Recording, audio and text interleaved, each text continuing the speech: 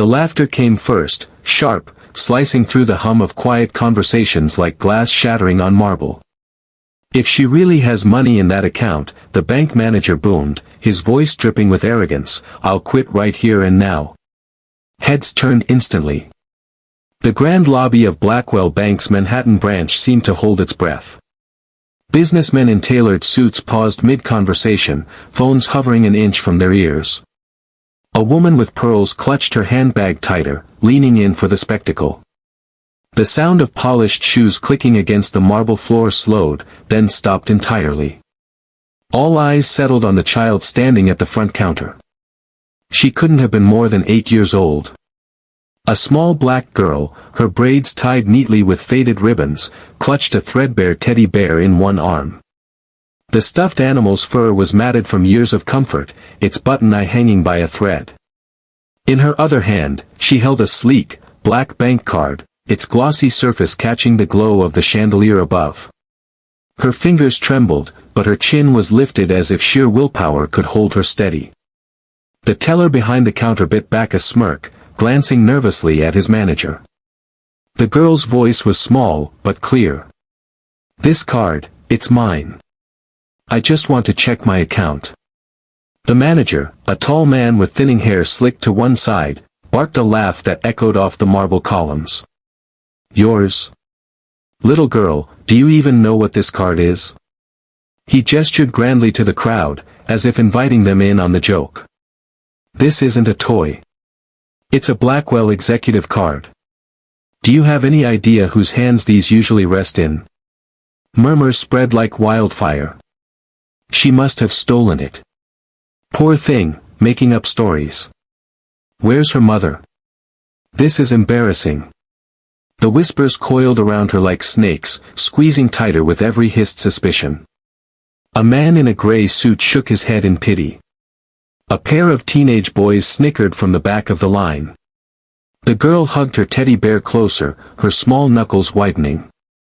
She repeated softly, "It's mine." The manager's grin widened. "Tell you what, let's make this fun, shall we? If this little girl actually has money in that account, I'll pay her double, right here, in front of all of you." He spread his arms wide, his arrogance spilling into the air. "But we all know that won't be happening." Laughter bubbled up from the crowd. Some chuckled nervously, not wanting to be the odd one out. Others leaned in eagerly, entertained by the humiliation of a child too small to defend herself. The teller hesitated, glancing again at the manager. "Sir, maybe we shouldn't." "Oh, come now," the manager interrupted loudly. "What harm is there? She clearly doesn't belong here. Let's just put this nonsense to rest." He gestured toward the card. "Well, child. If you're so certain, slide it forward." The girl's heartbeat thudded in her ears, drowning out the laughter, the murmurs, the clicking of expensive shoes against the floor. Her teddy bear felt heavier than ever, a burden and a shield at once. She thought of her father's words outside, spoken with quiet firmness as he placed the card in her hand. "This belongs to you now. Go in, show them. And remember, you are my daughter. Never bow to anyone who doubts that." Her lips pressed together in determination. The air in the lobby felt thick, the chandeliers above casting sharp light over every staring face. One step forward. Another. She placed the teddy bear gently against her chest, as though drawing courage from its worn seams. Her small fingers extended. The card gleamed between them. The crowd leaned closer, breaths caught in anticipation, not of truth, but of spectacle. They were waiting for her to be exposed, for her claim to crumble under the weight of adult scorn. The manager folded his arms, smug satisfaction radiating from every inch of him. The girl slid the card across the counter. It scraped softly against the marble surface, a sound almost too small to be noticed, but in the suffocating silence of the lobby, it was deafening. Her hand lingered on the edge for just a moment, trembling but unyielding. Then she let go.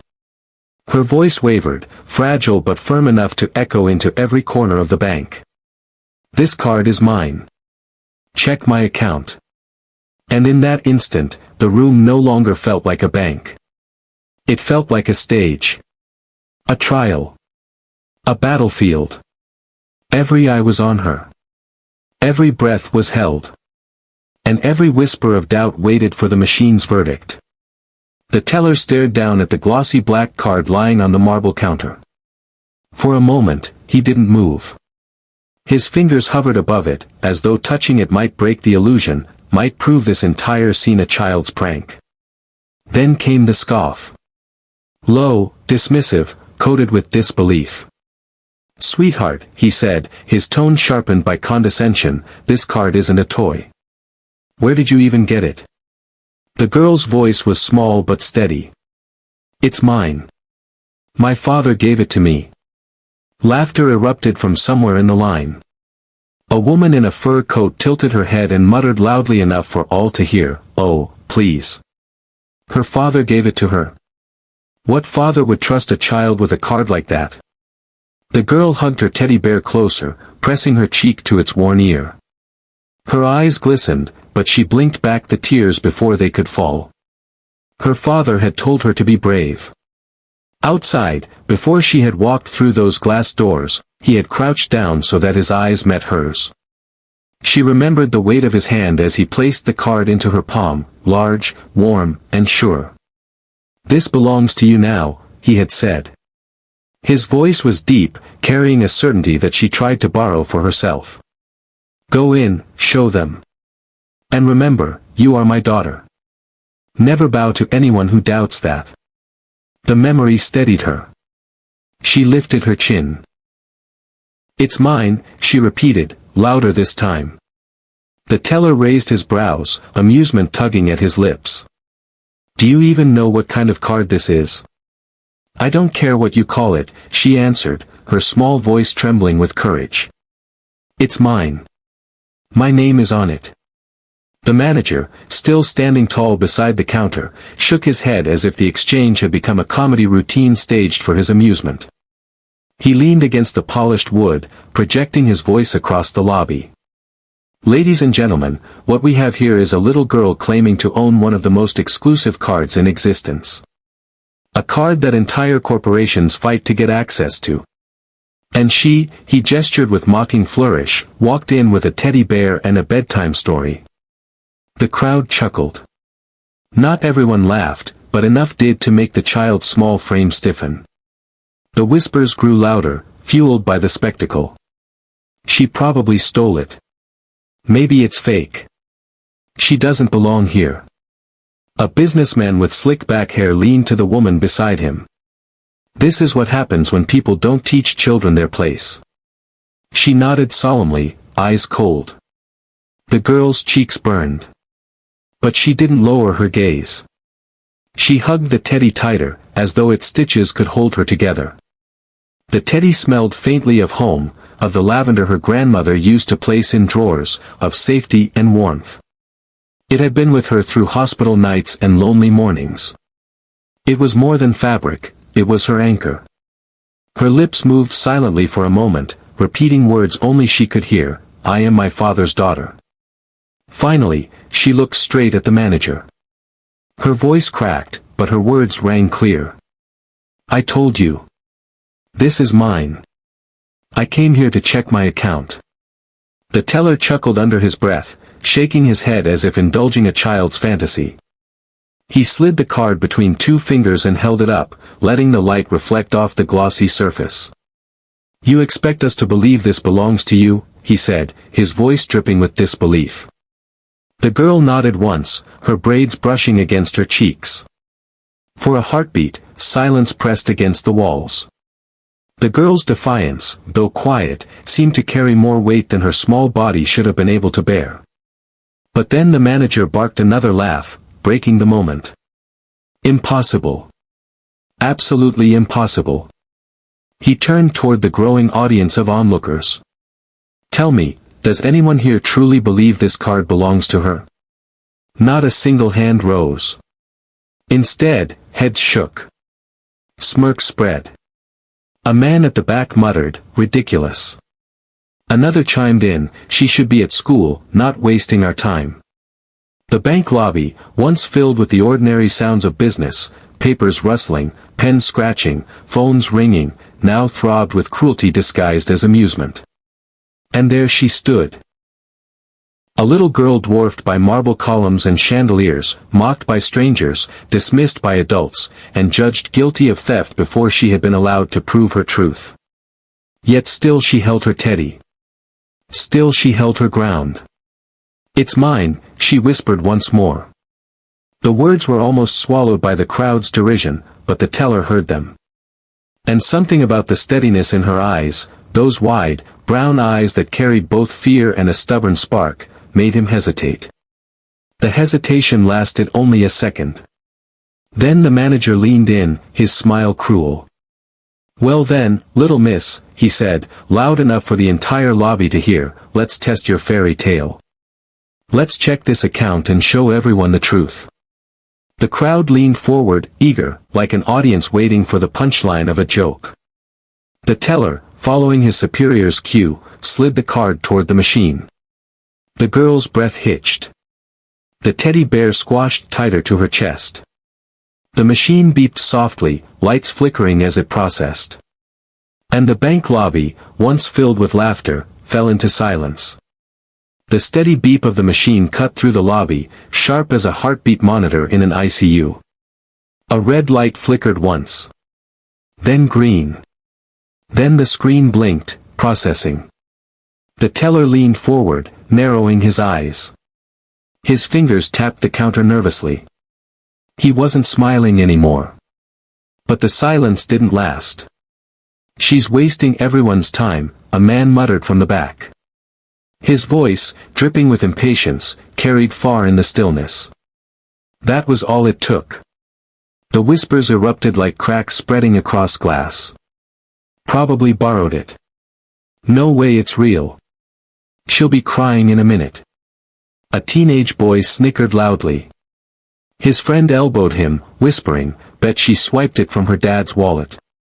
Both broke into quiet laughter, shoulders shaking, their eyes glued to the little girl. The girl hugged her teddy bear tighter. Her wide eyes darted from the teller to the crowd, then down to the marble floor that gleamed under her small shoes. The whispers pressed down on her like a physical weight. The woman in pearls leaned forward with a scoff. "Children today have no shame," she said, shaking her head. "First they beg for handouts, now they claim accounts that aren't theirs." The manager turned toward the crowd, feeding off their energy like a performer basking in applause. His grin returned, smug and triumphant. "You all see it, don't you?" he called out. "She insists this is hers." As if a child, he gestured at her teddy bear with disdain, could ever belong in a place like this. Laughter rippled across the lobby. Some chuckled politely, others cruelly. The sound was deafening to the girl, who stood frozen, her small chest rising and falling with quick, shallow breaths. But she didn't cry. Not yet.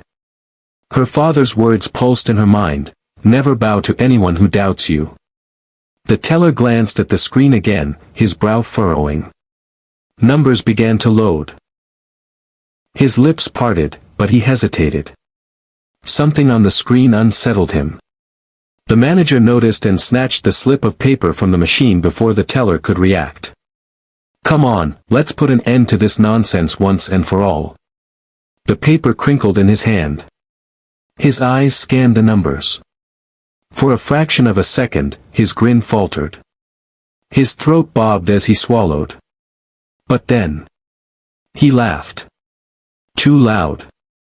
Too forced. "Well, what do you know," he said, holding the slip up dramatically. "The machine must be broken.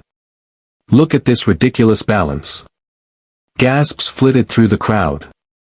Some craned their necks to catch a glimpse, others scoffed as though the very idea of it was absurd.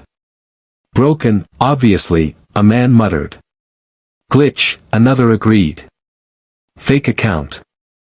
Can't be real." The teller shifted uncomfortably. He knew the system wasn't broken. He knew the numbers staring back were very, very real. But under his manager's glare, he pressed his lips shut. The girl stepped forward, her voice trembling but clear. "Read it out loud."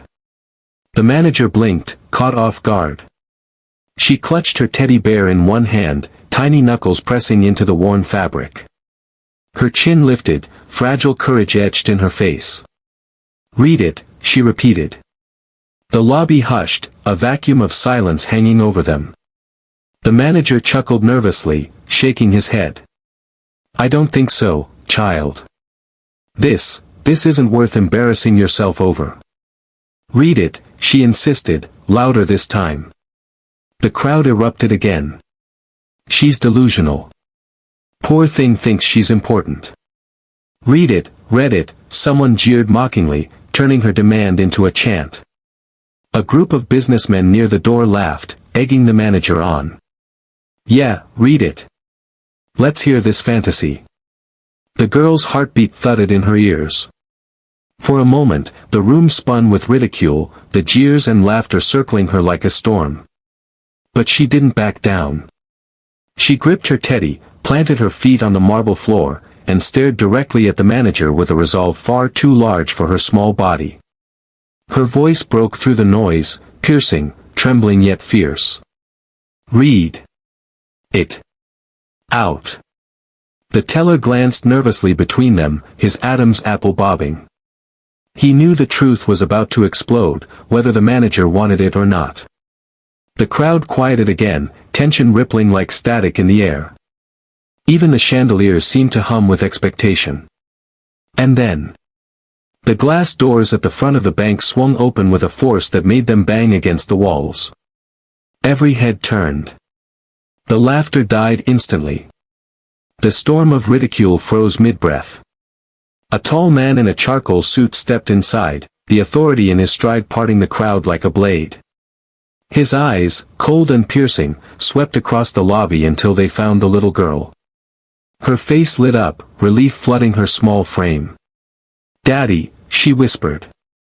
And just like that, the atmosphere shifted. The protector had arrived. The air shifted the moment he entered. The man's presence commanded silence, tall, broad-shouldered, wearing a charcoal suit that looked as though it had been cut from midnight itself. His polished shoes clicked with deliberate weight across the marble floor. Each step seemed to echo louder than the last. The crowd parted instinctively, people stepping back without realizing they had moved. Some bowed their heads, others leaned in to whisper. A hush rippled through the lobby, swallowing the laughter that had dominated moments ago. The girl exhaled a shaky breath, her teddy bear nearly crushed in her grip. "Daddy." His eyes softened for the briefest second when they landed on her, but the warmth vanished as he turned toward the counter. The expression that replaced it was steel. "What's happening here?" His voice rolled through the room, low but commanding, carrying the weight of someone used to being obeyed. The manager straightened quickly, wiping at his brow with a handkerchief. "Ah, Mr. Blackwell, sir, I didn't realize you were." "Answer the question." His tone cut like a blade. The teller froze. The manager forced a laugh, though his lips trembled. "It's nothing, really. A misunderstanding. This child brought in a card. She claimed it was hers." He tried to sound amused, but the quiver in his voice betrayed him. "We were just humoring her, that's all." The man's eyes narrowed. He extended one hand, palm open. "The card." The teller glanced nervously at the manager, who hesitated before pressing the glossy black card into the man's waiting hand. The moment the card touched his palm, silence deepened in the lobby. It was like watching a king reclaim his crown. He looked down at his daughter. "You gave them this?" Her nod was small, timid. "Yes, Daddy. I told them it was mine. They didn't believe me." The words cracked something in the air. Gasps rippled through the crowd, dawning realization spreading like fire. The man's jaw clenched. He turned to the teller. "Run the card again. In front of everyone. And this time, read the balance out loud." The teller hesitated, glancing at his manager. The manager shook his head violently, mouthing a frantic, "Don't." But the father's gaze snapped back to the teller, sharp and unrelenting. "Do it." Hands trembling, the teller slid the card back into the machine. Lights blinked, the machine hummed, and numbers began to process. The crowd leaned in, eyes wide, breaths shallow. Beep. The slip of paper printed slowly, painfully, the sound of tearing paper magnified by the silence. The teller picked it up with shaking fingers. His eyes widened. His mouth fell open. "Read it," the father commanded. The teller swallowed hard. His voice quivered. "Balance, balance reads," he blinked at the number again, as if hoping it would change. $152,479,362.75. The words hit the crowd like thunder. Gasps exploded. Someone dropped their phone, it clattered loudly against the marble floor. A woman in pearls nearly fainted, clutching the arm of the man beside her. The teenage boys who had laughed earlier stood frozen, jaws hanging open. The businessman in the gray suit muttered, that can't be right." The manager stumbled back, face draining of color. His earlier laughter now seemed grotesque in memory. "Impossible," he whispered. "That number, it must be a mistake." The father's voice rose, fierce and clear. "Do you hear it? That is her account. My daughter's. Every cent is hers." The little girl pressed her teddy bear close, her wide eyes glistening. For the first time since she entered the bank, she let herself smile, not out of arrogance, but relief. They finally had to believe her. The father continued, his voice carrying like a verdict in a courtroom. "You mocked her. You called her a thief. You treated her like she was less than human. But she is my daughter, and she holds more in that account than your entire branch." The crowd shifted uncomfortably, shame rippling through the room. Some looked at the floor. Others whispered apologies under their breath, too afraid to meet his gaze. The manager sputtered, reaching for excuses. "Sir, I had no idea. If I had known." The father cut him off. "That's the problem. You should never have needed to know." Silence followed, heavy and suffocating. The little girl's voice broke it, small but piercing. "They laughed at me, Daddy." Her words were soft, but they carried sharper than any accusation. The father's face hardened, his eyes blazing with fury. He stepped closer to the counter, his towering frame casting the manager in shadow. "You will apologize. To her. Right here. Right now." The manager's lips trembled. He glanced at the crowd, an audience now watching for his humiliation, just as they had enjoyed hers minutes earlier. His pride warred with his fear. "I'm sorry," he mumbled, barely audible. The father's voice roared. Louder. The marble floor seemed to shake with the force of his command. The manager swallowed, then forced the words through gritted teeth. "I'm sorry." The girl hugged her teddy bear tighter, her eyes shimmering. For a moment, her small face softened. But she turned her head away, unwilling to give him the relief of her forgiveness. Her father placed a steady hand on her shoulder. "Come, sweetheart. We're done here." And as he guided her away from the counter, the entire lobby remained frozen. Shame, awe, and fear hanging in the air like smoke after a fire. No one laughed anymore. The reversal had begun. The manager's apology still hung in the air, limp and hollow. The crowd shuffled uneasily, avoiding the father's eyes. But he wasn't finished. Not by a long shot. He turned fully, placing one hand firmly on his daughter's shoulder. His presence filled the marble lobby with a force that no chandelier light could soften. "My daughter came here with her head high, holding what belongs to her. And you," his gaze cut to the manager like a knife, "chose to mock her. Not because of the card. Not because of the balance, but because of what she looked like, and because of her age. The manager's mouth opened, ready to deny it, but the father's hand lifted, silencing him. Don't. Not another word. His voice resonated, not loud, but absolute. The kind of tone that made even strangers instinctively obey. The little girl pressed her teddy bear against her chest, her wide eyes flicking from her father to the rows of strangers who had mocked her. Their faces now carried shame, but it wasn't enough. She could still hear their laughter ringing in her ears. Her father continued, his words rolling like thunder through the lobby. You saw a child, and you decided she could not belong here. You judged her before a single fact had been spoken. And worse, you invited others to join in her humiliation. You turned her into your spectacle. A ripple of guilt moved through the crowd. People shifted, some lowering their heads, others pretending to check their phones. Look at her, he commanded, gesturing down at his daughter. She is 8 years old. And today, she learned more about cruelty than she should ever have to. The girl's throat tightened. She whispered, they didn't believe me, Daddy. Those words, so small, so trembling, cut through the father's composure like glass through skin. His jaw clenched, but his eyes softened as he crouched briefly, bringing himself to her level. I believe you, he said quietly, the promise in his voice wrapping around her like armor. And now they all know the truth. She nodded, clutching her teddy bear tighter. Then he rose to his full height again, towering over the manager. You owe her more than an apology.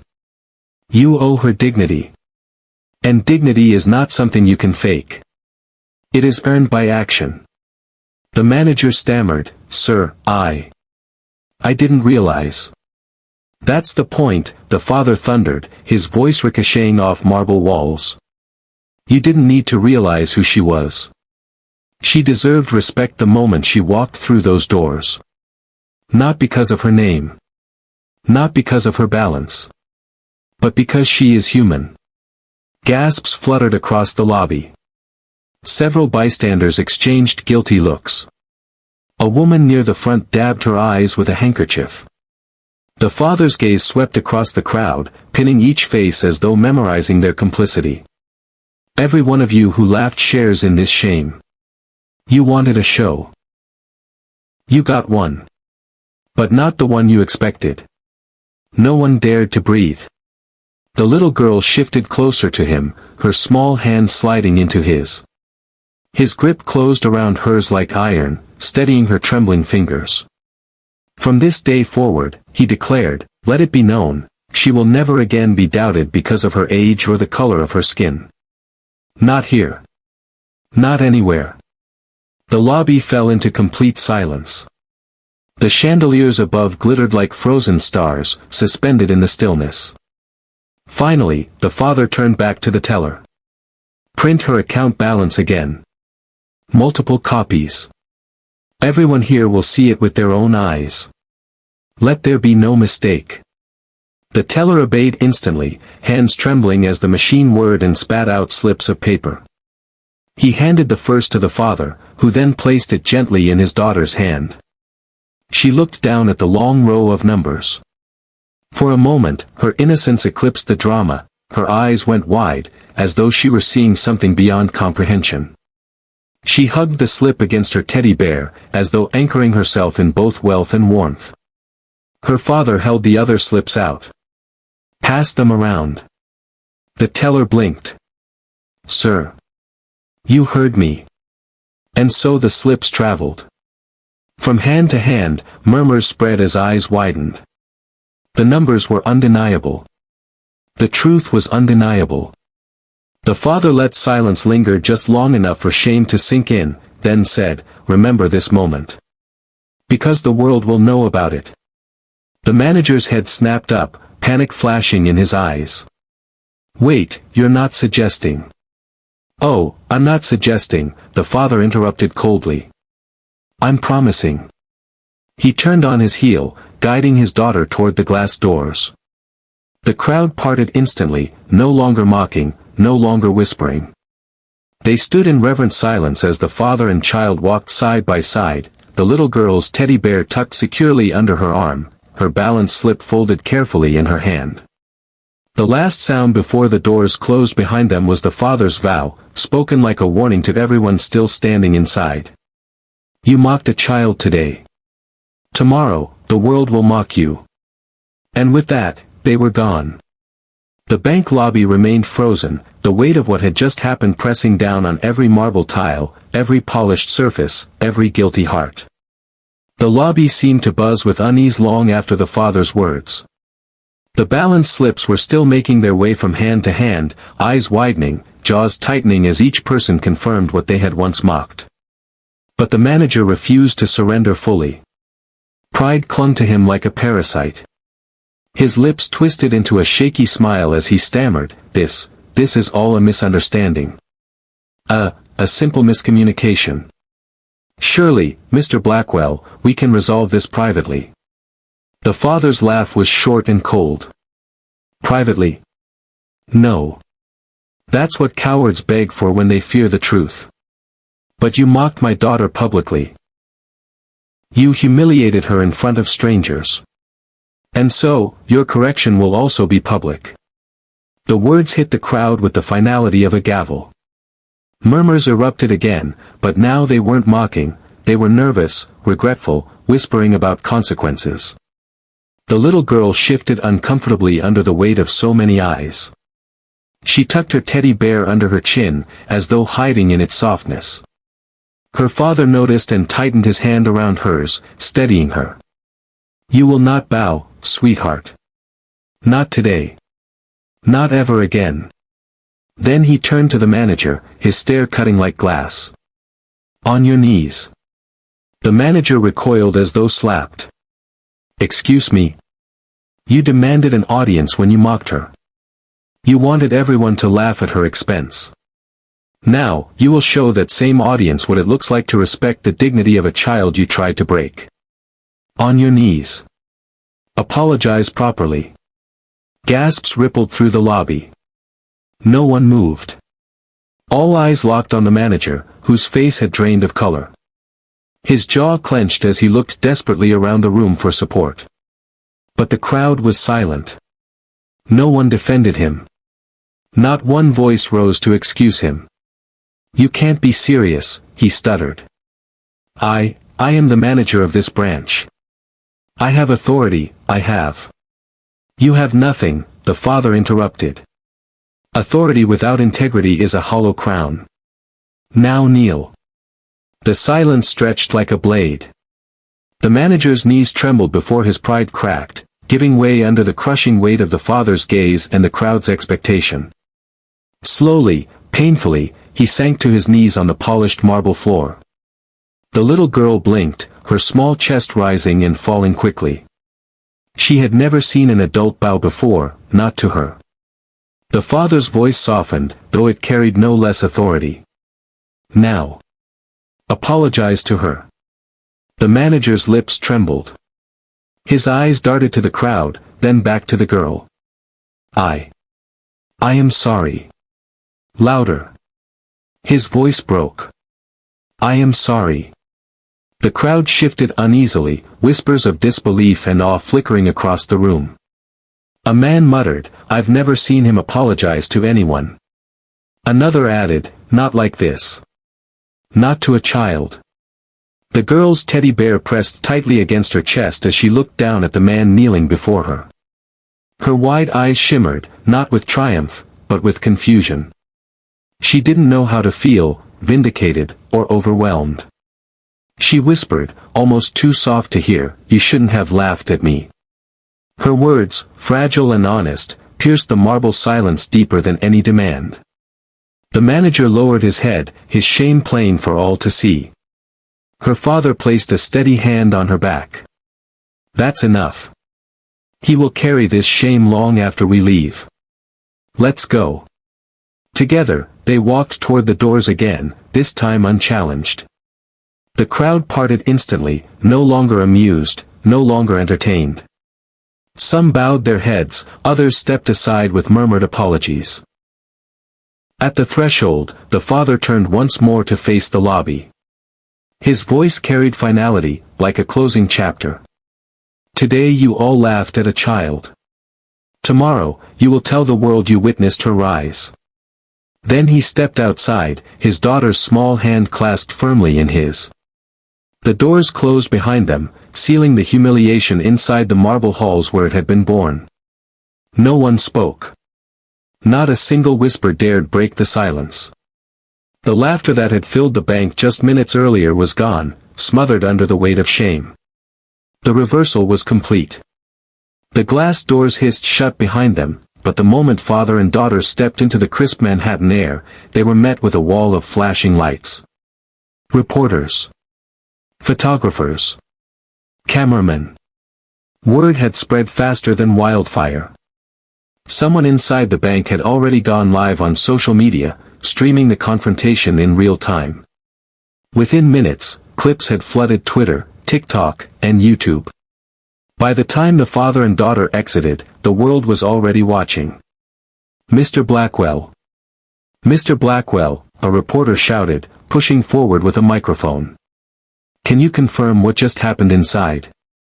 Is it true your daughter holds an account worth over $100 million, another pressed. "Sir, do you plan to sue the bank for discrimination?" The father didn't flinch. He placed a protective arm around his daughter, shielding her from the aggressive cameras, and lifted his voice so all could hear. "My daughter came to check her account," he began, his tone clear and resonant. "Instead, she was mocked. Laughed at. Humiliated, because she is young, and because she is black. But what those who mocked her did not realize is that she carries not only wealth, but dignity. And dignity is priceless." Gasps and murmurs rippled through the crowd of reporters. Camera shutters clicked like frantic applause. The little girl clutched her teddy bear tighter, peeking out from behind her father's side. The camera zoomed in on her small face, her wide brown eyes, the stuffed bear tucked protectively under her arm. That image, innocence wrapped in quiet strength, would become the symbol of everything that followed. Within hours, news anchors replayed the clip on every major network. The cheering blazed across TV screens nationwide. Blackwell heir mocked at bank, father demands change. On social media, hashtags surged. Hashtag teddybeargirl. Hashtag respect over wealth. Hashtag she belongs. TikTok was flooded with reactions, some outraged, some tearful, some inspired. Strangers stitched the original live stream, pointing at the screen and saying, "This is exactly what we mean when we talk about respect. This child deserves better." Protests began outside Blackwell Bank branches. Crowds gathered with signs. "Believe our children. Respect over numbers. No more mockery." The little girl's image, teddy bear in hand, was printed on posters, shared as memes, painted onto murals. She became a symbol, not just of wealth, but of dignity in the face of cruelty. Meanwhile, inside their home, the father prepared for the storm. He sat at a polished oak desk, reporters' questions still ringing in his ears. His daughter sat nearby on the couch, sketching quietly in a notebook, her teddy bear propped against her lap. She drew herself holding hands with him, the crowd behind them. In the corner, she scribbled in big, uneven letters, "They didn't believe me, but Daddy did." He glanced at the drawing, his heart tightening. That notebook would never make headlines, but to him, it was more powerful than any news story. The next day, the father called a press conference. The lobby of the Blackwell Towers headquarters was filled with cameras, journalists, and employees standing shoulder to shoulder. His daughter sat in the front row, teddy bear tucked protectively in her arms. He stepped up to the podium. His voice carried with the gravity of a man who had weathered storms before, but this storm, he vowed, would leave something better in its wake. "This is not about numbers," he began, his gaze sweeping the room. "It is not about balance sheets, or accounts, or power. This is about respect. If a child, my child, can walk into an institution and be mocked, then what happens when someone without a name, without wealth, comes through those doors? If my daughter was treated this way, how are others treated when no cameras are watching? The silence in the room was heavy, broken only by the frantic scratching of pens against notepads and the whir of recording devices. My daughter holds an account with more zeros than most can fathom, he continued. But that is irrelevant. She is not defined by those numbers. She is defined by her character. By her innocence. By the simple truth that she deserved respect the moment she walked in. And so does every single person who sets foot in this bank, or any bank. The crowd erupted in applause. Reporters' hands shot up, questions flying. Mr. Blackwell, will you demand reform? Will heads roll? Will you pursue legal action? He raised a hand, silencing the noise. Reform will happen. But not because of lawsuits. Because this moment will not be forgotten. Not by me, not by my daughter, and not by the millions who saw it. We will make sure of that. The press conference ended with cameras flashing wildly. The little girl stood, her teddy bear in one arm, and slipped her other hand into her father's. As they walked out together, the crowd surged with questions, but none dared block their path. That evening, across the city, protests swelled. People marched with signs bearing the girl's image. Chants of "respect over wealth" echoed through the streets. And online, a single photo went viral, the little girl in her chair at the press conference, teddy bear clutched tight, her eyes fixed on her father at the podium. The caption read simply, "The world doubted her. He didn't." The top floor of Blackwell Bank's headquarters was a world apart from the chaos in the streets below. Floor-to-ceiling windows overlooked the city, the noise of chanting protesters faintly reaching the glass. Inside, the atmosphere was just as tense, polished mahogany table, leather chairs, and directors who looked as though they hadn't slept in days. At the head of the table sat Victor Harlan, the chairman of the board. His silver hair gleamed under the recessed lighting, but the dark circles under his eyes betrayed his exhaustion. He drummed his fingers against a stack of reports, his gaze flicking nervously to the large screen on the wall. It displayed headlines from every major network. Little girl mocked at bank sparks nationwide protest. Blackwell heir's humiliation becomes symbol of systemic prejudice. Teddy bear girl, respect over wealth movement grows. The directors shifted in their seats, murmuring anxiously. Stock prices flashed across the ticker at the bottom of the screen, plummeting. The glass doors opened. All murmurs ceased. The father entered, his daughter's small hand tucked safely in his. She clutched her teddy bear, the familiar guardian against a world that had tried to tear her down. The room, filled with executives used to commanding power, suddenly seemed smaller. Victor stood.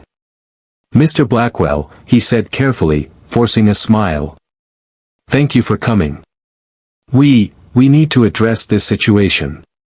The father's eyes swept the table. "This isn't a situation. It's a rot. And it starts here, in this room." Gasps flickered. One director cleared his throat nervously.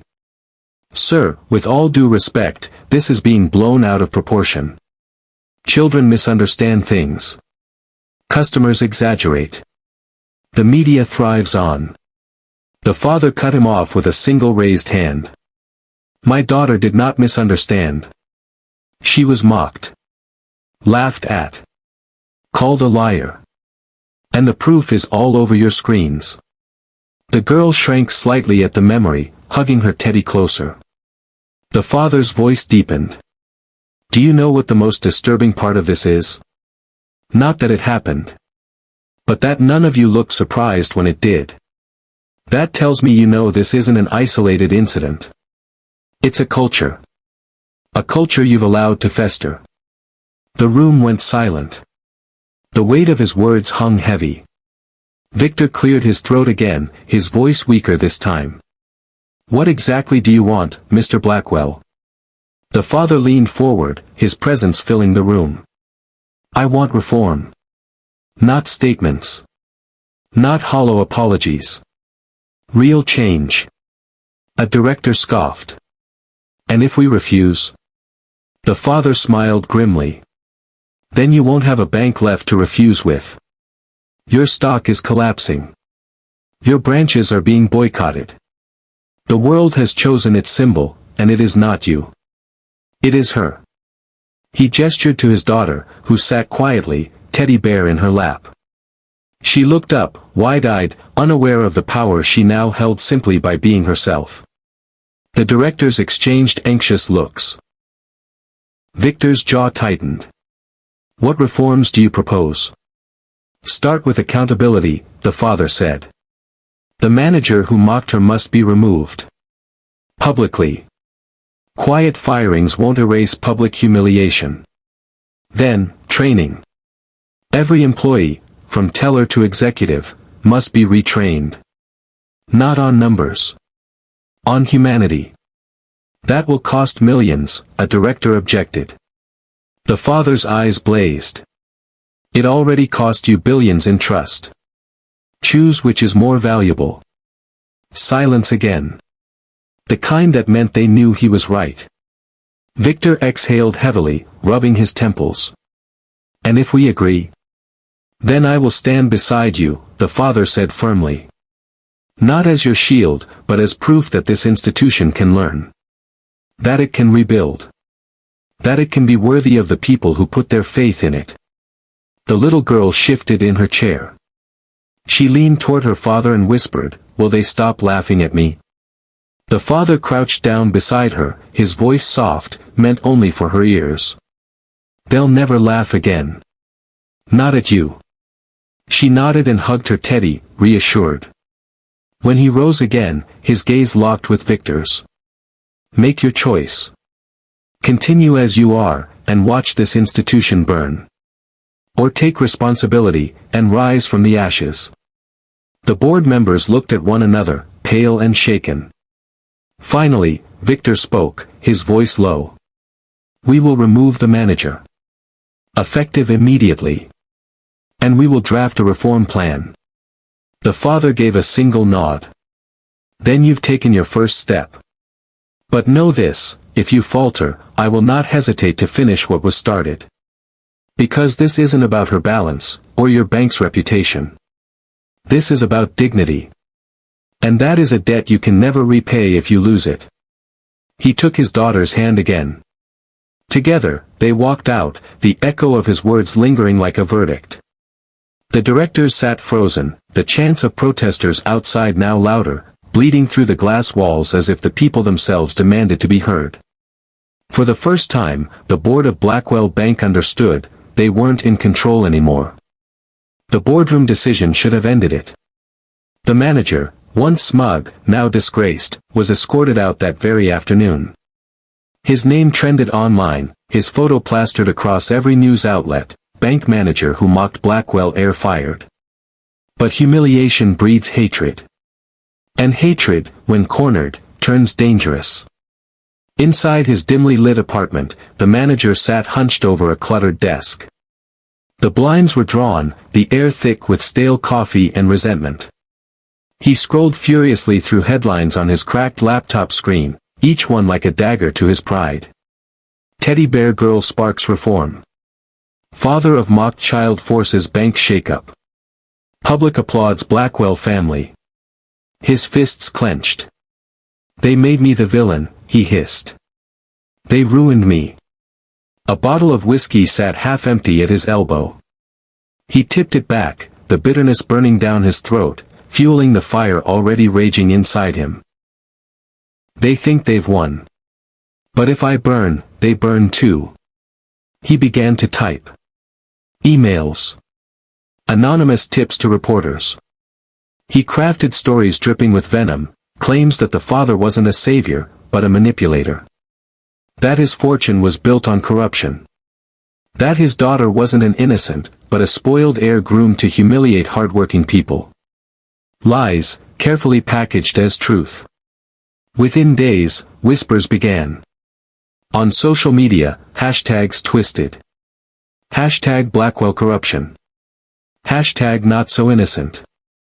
Talk shows debated the other side of the story. Is the Blackwell heir truly a victim, or is this all part of a larger power play? One anchor speculated, her voice oozing doubt. The little girl overheard snippets on TV, in grocery store aisles, even at school. Children repeated what they heard their parents whisper, maybe her dad's a crook. One night, sitting cross-legged on her bed, teddy bear in her lap, she looked up at her father. Her wide eyes shimmered with confusion. "Daddy, did you do something bad?" The question pierced him deeper than any headline. He sat down beside her, taking her small hand in his. "No, sweetheart. People will say things when they're scared. When they've lost. Lies are easier than admitting the truth." "But why do they say it?" she whispered, clutching her bear. "Because they want to hurt us. They want to make us doubt ourselves. But we don't give them that power. Do you understand?" She nodded slowly, though the uncertainty lingered in her eyes. The father exhaled heavily, staring out the window where city lights glittered like distant stars. He knew this wasn't over. The disgraced manager had allies, men in shadows who feared the reforms he was demanding. The smear campaign was only the beginning. At that very moment, in a smoke-filled back room of a downtown bar, the manager met with those allies, minor executives, journalists hungry for scandal, even rivals of the Blackwell empire. "They think he's untouchable," the manager growled. "But no man is untouchable. If we can't break him with truth, we'll bury him in lies." The group leaned in, their eyes gleaming with malice. Plans were whispered. Leaks prepared. False evidence crafted. The war was shifting. What had begun as humiliation in a bank lobby was becoming a battle for legacy, reputation, and power. And the little girl, once just an innocent holding a teddy bear, was now at the center of a storm far bigger than she could understand. But even in the darkness of that storm, one thing was certain, her father would not let her stand alone. Because she was more than a symbol. She was his daughter. And he was ready for war.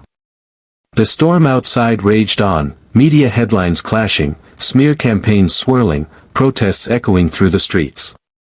But inside the quiet of their home, the world felt smaller, softer. The little girl sat cross-legged on the living room rug, crayons scattered around her. Her teddy bear leaned against her knee, its frayed ear bent forward as though it were listening. She drew on a piece of paper, herself, holding her father's hand.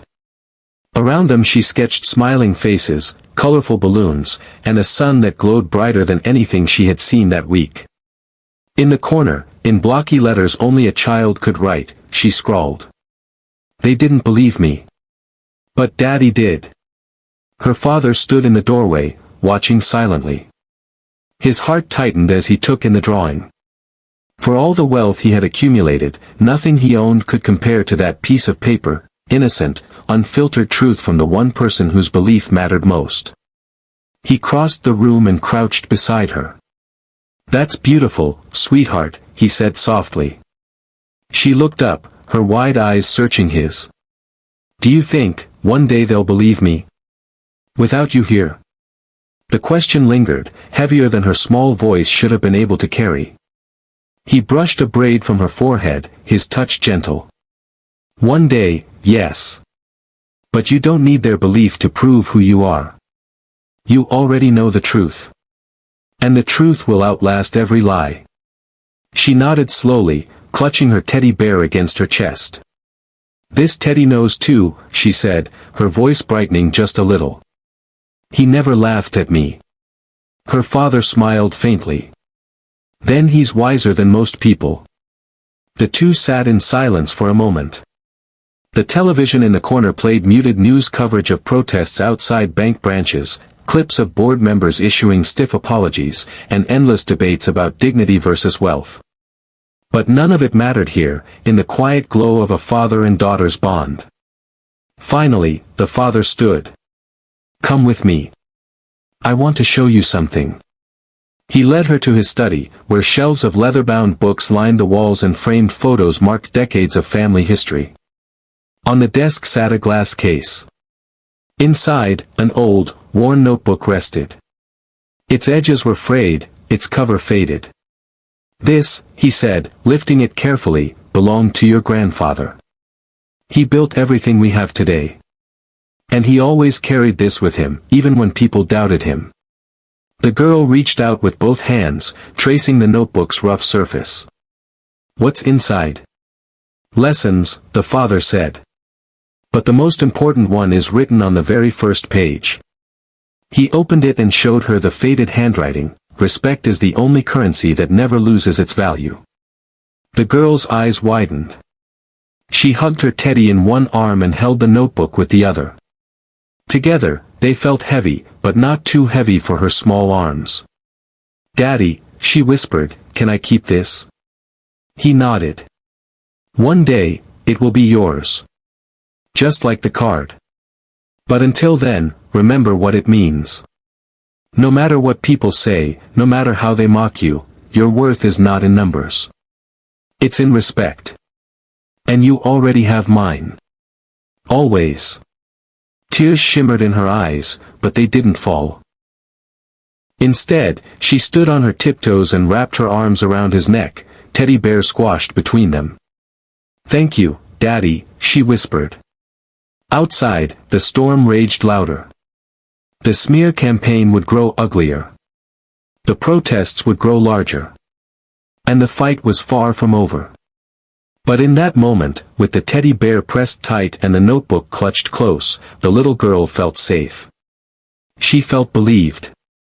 And she felt ready for whatever came next. Because symbols, whether stitched into an old teddy bear or scribbled into a notebook, carry more power than any smear, any headline, any lie. The world had mocked her. The world had doubted her. But she was not alone. And as long as she carried the bear, the notebook, and her father's unwavering belief, she would never be small again. The father's final words that night were quiet but resolute, spoken as he tucked her into bed. They thought they mocked a child. Instead, they awakened a legacy. The teddy bear's frayed ear rested against her cheek as her eyes fluttered shut. Outside, flashbulbs still flickered, headlines still churned. But here, in the stillness, the story closed. Not with numbers, not with victory speeches. But with a child, her teddy, and the truth.